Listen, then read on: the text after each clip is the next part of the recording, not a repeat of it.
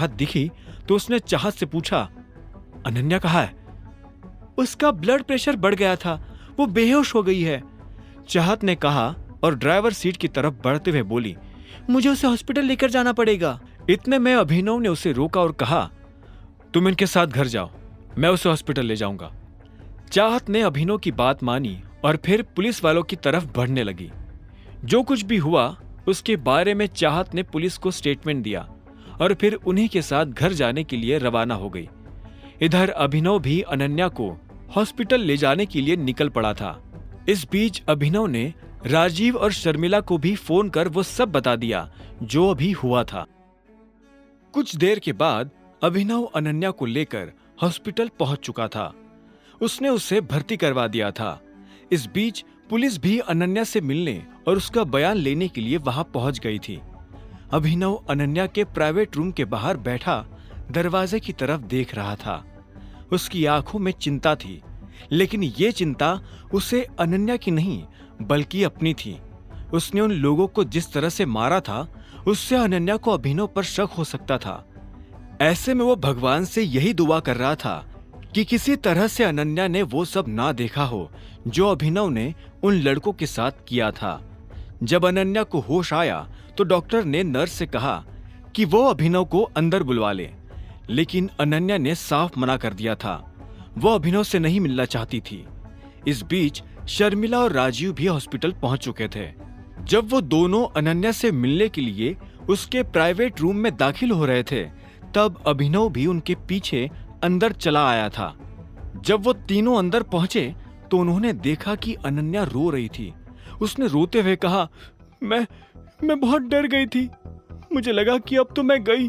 उन लोगों को देखकर ऐसा लग रहा था कि वो मुझे किडनैप करके ही रहेंगे, लेकिन वो तो अच्छा हुआ कि चाहत वहां थी। जैसे एक आदमी ने मुझे हाथ लगाने की कोशिश की तो इतने में चाहत ने उस आदमी के पेट में लात मार दी।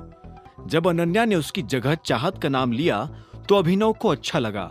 वो समझ गया था कि अनन्या उस घमासान लड़ाई को देखने से पहले ही बेहोश हो गई थी।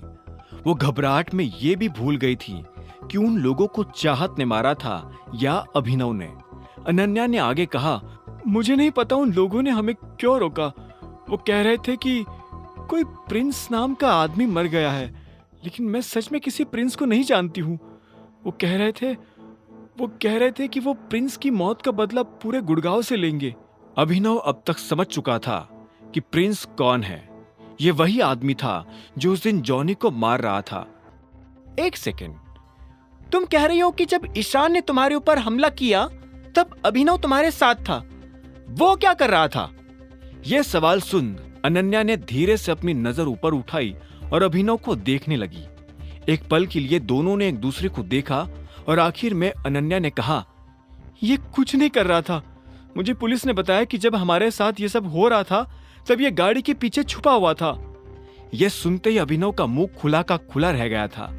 इससे पहले कि वो कुछ कह पाता, शर्मिला ने कुड़ते हुए कहा, मुझे पता था मुझे पता था कि ये निकम्मा ऐसे टाइम पर कुछ नहीं करेगा। ना सिर्फ ये फटीचर है बल्कि फट्टू भी है। शर्मिला, शांत हो जाओ, राजीव ने बीच में कहा। अभिनव उन दोनों की बहस को बस सुन रहा था। उसके पास कहने के लिए कुछ नहीं बचा था। अगर उसे मौका मिलता भी तो भी वो कुछ नहीं कहना चाहता था।